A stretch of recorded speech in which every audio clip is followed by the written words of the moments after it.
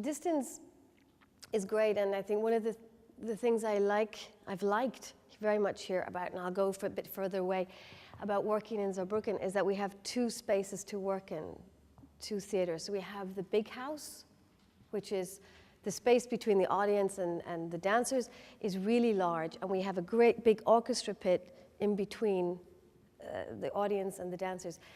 And of course the dancers don't focus just only here, they have to focus here and way out.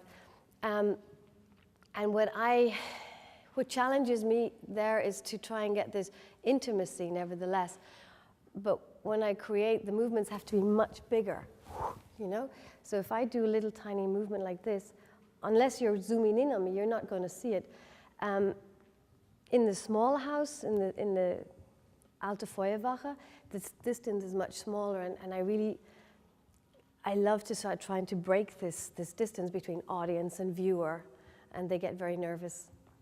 And I get really nervous if I get too close to a camera. But so that's one kind of distance, is how it changes your movements. But of course, if I'm really close, I can work with very, very small detail, which wouldn't work in a bigger house. Just small things.